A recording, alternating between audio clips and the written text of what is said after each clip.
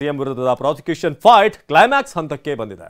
ಎಷ್ಟು ದಿನ ಸಿಎಂ ಪರ ಅಭಿಷೇಕ್ ಮನು ಸಿಂಘ್ವಿ ಭರ್ಜರಿ ವಾದ ಮಂಡಿಸಿದರು. ಆದರೆ ಅದೇ ವಾದಕ್ಕೆ ಇವತ್ತು ರಾಜ್ಯಪಾಲರ ಪರ ವಕೀಲರು ಸಾಕ್ಷಿ ಸಮೇತ ಪ್ರತಿವಾದ ಮಂಡಿಸಿದ್ದಾರೆ.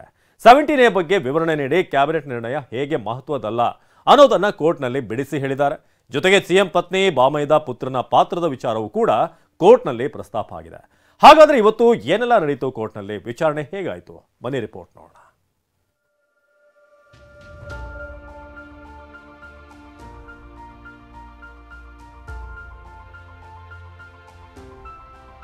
ಹೈಕೋರ್ಟ್ನಲ್ಲಿ ಇಡೀ ದಿನ ಪ್ರಾಸಿಕ್ಯೂಷನ್ ಲಾ ಪಾಯಿಂಟ್. ಸಿಎಂಗೆ ಮತ್ತೆ 2 ದಿನ ರಿಲೀಫ್, ಸೋಮವಾರ ಮತ್ತೆ ವಿಚಾರಣೆ. ಮುಡಾ ಹಗರಣ, ಹೈಕೋರ್ಟ್ ಕಟಕಟೆಯಲ್ಲಿ ಕಾನೂನು ಕದನ. ಪ್ರಾಸಿಕ್ಯೂಷನ್ ಕಾನೂನು ಬಾಹಿರ ಅಂತ ಸಿಎಂ ಪರ ವಕೀಲರ ವಾದ.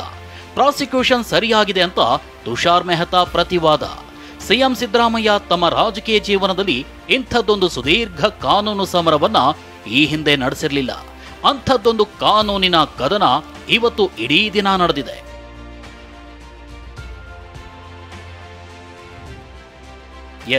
ಮೊನ್ನೆ ವಿಚಾರಣೆ ನಡೆಸಿದ್ದ ಎಂ ನಾಗಪ್ರಸನ್ನ ನೇತೃತ್ವದ ಪೀಠ ಸಿಎಂ ಪರ ವಕೀಲರಾದ ಅಭಿಷೇಕ್ ಮನು ಸಿಂಘ್ವಿ ಅವರ ವಾದ ಆಲಿಸಿತು. 17A ಅಡಿ ತನಿಖೆಗೆ ಅನುಮತಿ ನೀಡಲು ಮಾನದಂಡ ಪಾಲನೆಯಾಗಿಲ್ಲ, ರಾಜ್ಯಪಾಲರ ಪ್ರಾಸಿಕ್ಯೂಷನ್ ರದ್ದುಪಡಿಸಬೇಕು ಅಂತ ವಾದ ಮಾಡಿದ್ರು. ಈ ವಾದಕ್ಕಿವತ್ತು ಪ್ರತಿವಾದಿಗಳು ತಮ್ಮ ವಾದ ಮುಂದಿಟ್ರು. ರಾಜ್ಯಪಾಲರ ವಿಶೇಷ ಕಾರ್ಯದರ್ಶಿಗಳ ಪರ ಸಾಲಿಸಿಟರ್ ಜನರಲ್ ತುಷಾರ್ ಮೆಹ್ತಾ ಪ್ರಬಲ ವಾದ ಮಂಡಿಸಿದ್ರು. ಮೆಹ್ತಾ ವಾದ ಆರಂಭಿಸ್ತಾ ಇದ್ದಂತೆ ಮಧ್ಯಪ್ರವೇಶಿಸಿದ ಸಿಎಂ ಪರ ವಕೀಲ ರವಿವರ್ಮ ಕುಮಾರ್ ರಾಜ್ಯಪಾಲರ ಆದೇಶದ ಒಂದು ಪ್ಯಾರಾ ಓದಿದ್ರು.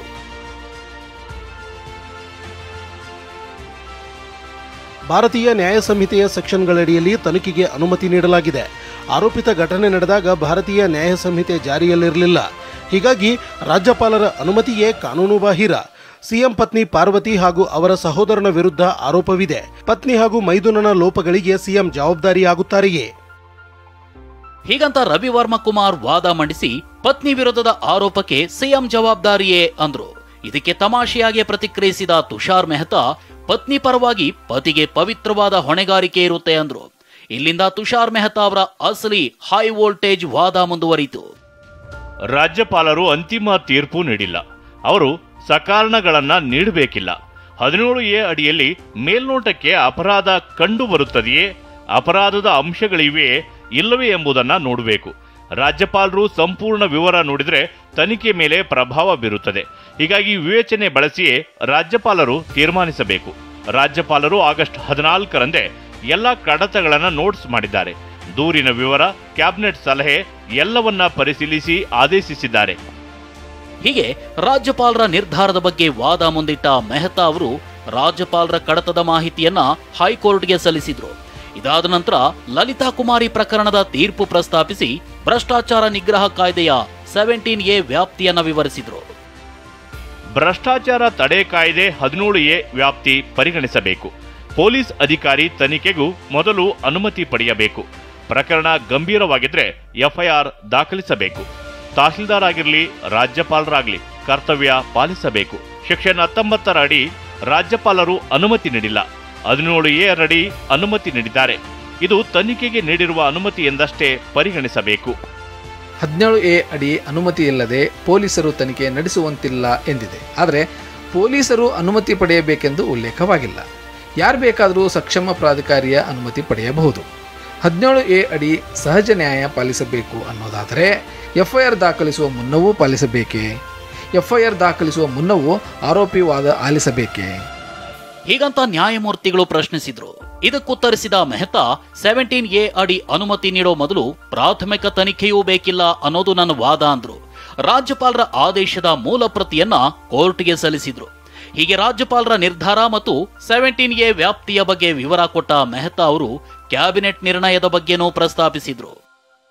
ಜುಲೈ 26ರಂದು ರಾಜ್ಯಪಾಲರು ಶೋಕಾಸ್ ನೋಟಿಸ್ ನೀಡಿದ್ರು. ಜುಲೈ 27ರಂದು ಅಡ್ವೊಕೇಟ್ ಜನರಲ್ ಅಭಿಪ್ರಾಯ ಪಡೆದು ಕ್ಯಾಬಿನೆಟ್ ಮುಂದಿಡುವಂತೆ ಮುಖ್ಯ ಕಾರ್ಯದರ್ಶಿಗೆ ಸೂಚಿಸಿದ್ದಾರೆ. 91 ಪುಟಗಳ ಕ್ಯಾಬಿನೆಟ್ ನಿರ್ಧಾರವನ್ನ ರಾಜ್ಯಪಾಲರಿಗೆ ಸಲ್ಲಿಸಿದ್ದಾರೆ. ಇದರಲ್ಲಿ ಇನ್ನೂ ಒಂದು ಆಸಕ್ತಿಕರ ಅಂಶ ಇದೆ. ಸಚಿವ ಸಂಪುಟದ ಮಂತ್ರಿಗಳನ್ನ ಸಿಎಂ ಆಯ್ಕೆ ಮಾಡ್ತಾರೆ. ಹೀಗಾಗಿ ತಮ್ಮನ್ನ ಆಯ್ಕೆ ಮಾಡಿದ ಸಿಎಂ ವಿರುದ್ಧ ಕ್ಯಾಬಿನೆಟ್ ಸಚಿವರು ನಿರ್ಣಯ ತೆಗೆದುಕೊಳ್ಳಲು ಸಾಧ್ಯವಿಲ್ಲ. ಇಂಥ ಕ್ಯಾಬಿನೆಟ್ ನಿರ್ಣಯವನ್ನ ರಾಜ್ಯಪಾಲರು ಒಪ್ಪಬೇಕಿಲ್ಲ. ಹೀಗೆ ಕ್ಯಾಬಿನೆಟ್ ನಿರ್ಣಯವನ್ನೇ ಒಪ್ಪಬೇಕಿಲ್ಲ ಎಂದ ಮೆಹ್ತಾ ಸಿದ್ದರಾಮಯ್ಯ ಪುತ್ರ ಯತೀಂದ್ರ ಮುಡಾ ಸಭೆಯಲ್ಲಿ ಭಾಗಿಯಾಗಿದ್ದರೆಂಬ ವಿಚಾರವನ್ನು ಪ್ರಸ್ತಾಪಿಸಿದ್ರು. ಅಡ್ವೊಕೇಟ್ ಜನರಲ್ ಅಭಿಪ್ರಾಯವನ್ನ ಕಾಮ ಫುಲ್ ಸ್ಟಾಪ್ ಬಿಡದೆ ಕ್ಯಾಬಿನೆಟ್ ನಿರ್ಣಯ ಕಾಪಿ ಮಾಡಿದೆ. ಇದು ಕಲೆಕ್ಟಿವ್ ಸ್ಟುಪಿಡಿಟಿ ಅಂದ್ರು. ಅಲ್ಲದೆ ಕ್ಯಾಬಿನೆಟ್ ಸಭೆಗೆ ಸಿಎಂ ಗೈರಾಗಿರಬಹುದು, ಆದರೆ ಸಿಎಂ ತಮ್ಮ ಬದಲು ಡಿಕೆ ಶಿವಕುಮಾರ್ರನ್ನ ನೇಮಿಸಿದ್ದಾರೆ. ಇಂಥ ಸಭೆಯ ನಿರ್ಣಯಕ್ಕೆ ಯಾವುದೇ ಮಹತ್ವವಿಲ್ಲ ಅಂತ ಹೇಳಿದ್ರು. ಇದಕ್ಕೆ ನ್ಯಾಯಮೂರ್ತಿಗಳು ಪ್ರತಿಕ್ರಿಯಿಸಿದ್ರು. ಮುಖ್ಯಮಂತ್ರಿಯ ಪ್ರಾಸಿಕ್ಯೂಷನ್ ವೇಳೆ ಸಚಿವ ಸಂಪುಟ ನಿರ್ಣಯ ಬೇಕಿಲ್ಲ, ಹೀಗೆಂದು ಹಲವು ಸಂದರ್ಭದಲ್ಲಿ ಸುಪ್ರೀಂ ಕೋರ್ಟ್ ತೀರ್ಪು ನೀಡಿದೆ. ರಾಜ್ಯಪಾಲರು ತರಾತುರಿಯ ತೀರ್ಮಾನ ಕೈಗೊಂಡಿದ್ದಾರೆಂದು ಆರೋಪಿಸಲಾಗಿದೆ. ಅದು ಸುಳ್ಳು. ರಾಜ್ಯಪಾಲರ ಬಗ್ಗೆಯೂ ಫ್ರೆಂಡ್ಲಿ, ಕಾಮಿಕಲ್ ಎಂಬ ಪದ ಬಳಸಲಾಗಿದೆ. ಸಿಎಂ ಯಾವುದೇ ನಿರ್ಣಯ ಕೈಗೊಂಡಿಲ್ಲ, ಶಿಫಾರಸು ಮಾಡಿಲ್ಲವಾದ್ರೆ ಯಾಕೆ ಚಿಂತೆಗೊಳಗಾಗಿದ್ದಾರೆ? ಸಿಎಂಗೆ ಚಿಂತೆ ಯಾಕೆ ಅಂತ ಪ್ರಶ್ನಿಸಿದ ತುಷಾರ್ ಮೆಹ್ತಾ ತಮ್ಮ ವಾದ ಅಂತ್ಯಗೊಳಿಸಿದ್ರು. ಬಳಿಕ ದೂರುದಾರ ಸ್ನೇಹಮಯಿ ಕೃಷ್ಣ ಪರ ವಕೀಲರಾದ ಮಣಿಂದರ್ ಸಿಂಗ್ ವಾದ ಆರಂಭಿಸಿದ್ರು. ಜಮೀನು ಭೂಸ್ವಾಧೀನವಾದಾಗ ಅದರ ಮೌಲ್ಯ 3,24,000ವಿತ್ತು. ಮಾರಾಟವಾದಾಗ ಕ್ರಯ ಪತ್ರದಲ್ಲಿ 5,98,000 ಮೌಲ್ಯವಿತ್ತು. ಆದ್ರೆ ಈಗ 14 ಸೈಟಿನ ಮೌಲ್ಯ 55 ಕೋಟಿ ಎಂದು ಹೇಳುತ್ತಿದ್ದಾರೆ. ಹೀಗಾಗಿಯೇ ಈ ಕೇಸ್ನಲ್ಲಿ ಸ್ವತಂತ್ರ ತನಿಖೆಯ ಅವಶ್ಯಕತೆ ಇದೆ. ಮಣಿಂದರ್ ಸಿಂಗ್ ವಾದ ಮುಕ್ತಾಯದ ಬಳಿಕ ದೂರುದಾರ ಪ್ರದೀಪ್ ಪರ ವಕೀಲರಾದ ಪ್ರಭುಲಿಂಗ್ ನಾವದಗಿ ಬಿಎಸ್ ಯಡಿಯೂರಪ್ಪ ತೀರ್ಪು ಪ್ರಸ್ತಾಪಿಸಿ ವಾದ ಮಾಡಿದ್ರು. ಸಿಎಂ ಪ್ರಾಸಿಕ್ಯೂಷನ್ ವಿಚಾರದಲ್ಲಿ ಕ್ಯಾಬಿನೆಟ್ ನಿರ್ಧಾರ ಸಮಂಜಸವಲ್ಲ. ಮೇಲ್ನೋಟಕ್ಕೆ ಪಕ್ಷಪಾತದ ಭಾವನೆ ಬರಲಿದೆ. 17A ಹಂತದಲ್ಲಿ ರಾಜ್ಯಪಾಲರ ಕ್ರಮ ಪ್ರಶ್ನಿಸಲು ಆರೋಪಿಗೆ ಅವಕಾಶವಿಲ್ಲ. ಮೌಖಿಕ ಅನುಮತಿಯೂ ಸಾಕೆಂದು ಸುಪ್ರೀಂ ಕೋರ್ಟ್ ಹೇಳಿದೆ. ಬಿಎಸ್ ಯಡಿಯೂರಪ್ಪ ತೀರ್ಪು ಯಾವುದೇ ಕಾನೂನನ್ನ ನಿರ್ಮಿಸುವುದಿಲ್ಲ. ಹೀಗಾಗಿ ಆ ತೀರ್ಪನ್ನ ಪರಿಗಣನೆಗೆ ತೆಗೆದುಕೊಳ್ಳಲು ಸಾಧ್ಯವಿಲ್ಲ. ಎಫ್ಐಆರ್ ದಾಖಲಾದ ಬಳಿಕವಷ್ಟೇ ಆರೋಪಿಗೆ ಅದನ್ನ ಪ್ರಶ್ನಿಸುವ ಹಕ್ಕು ಬರಲಿದೆ. ಹೀಗಾಗಿ ರಾಜ್ಯಪಾಲರ ಆದೇಶ ರದ್ದು ಮಾಡಬಾರದು ಅಂತ ಪ್ರಭುಲಿಂಗ್ ನಾವದಗಿ ಮನವಿ ಮಾಡಿದ್ರು. ಇದಾದ ನಂತರ ಟಿಜೆ ಅಬ್ರಹಾಂ ಪರ ವಕೀಲ ರಂಗನಾಥ್ ರೆಡ್ಡಿ ವಾದ ಆರಂಭಿಸಿದ್ರು. ಡಿನೋಟಿಫಿಕೇಶನ್ ಆದಾಗ ಸಿದ್ದರಾಮಯ್ಯ ಡಿಸಿಎಂ ಆಗಿದ್ರು. ಭೂಮಿ ಪರಿವರ್ತನೆ ಆದಾಗ್ಲೂ ಸಿದ್ದರಾಮಯ್ಯ ಡಿಸಿಎಂ ಆಗಿದ್ರು. 50-50 ಹಂಚಿಕೆ ಕೇಳಿದಾಗ ಸಿದ್ದರಾಮಯ್ಯ ಸಿಎಂ ಆಗಿದ್ರು ಅಂದ್ರು. ಯಾವುದೇ ಜಮೀನು ಕಳೆದುಕೊಳ್ಳದೆ ಸಿಎಂ ಪತ್ನಿ ಪರಿಹಾರ ಪಡೆದಿದ್ದಾರೆ ಅಂತ ಆರೋಪಿಸಿದ್ರು. ವಾದ ಪ್ರತಿವಾದ ಆಲಿಸಿದ ನ್ಯಾಯಮೂರ್ತಿ ನಾಗಪ್ರಸನ್ನ ಮಧ್ಯಂತರ ಆದೇಶ ಮುಂದುವರಿಸಿ ಮುಂದಿನ ವಿಚಾರಣೆಯನ್ನ ಸೋಮವಾರ ಮಧ್ಯಾಹ್ನ 2:30ಕ್ಕೆ ಮುಂದೂಡಿದ್ರು. ಈ ಮೂಲಕ ಸಿಎಂಗೆ ವೀಕೆಂಡ್ ರಿಲೀಫ್ ಸಿಕ್ಕಂತಾಯ್ತು. ಮುಡಾ ಕೇಸ್ ಏನಾಗಲಿದೆ ಅನ್ನೋ ಕುತೂಹಲ ಸೋಮವಾರಕ್ಕೆ ಶಿಫ್ಟ್ ಆಯಿತು. ರಮೇಶ್, TV9 ಬೆಂಗಳೂರು.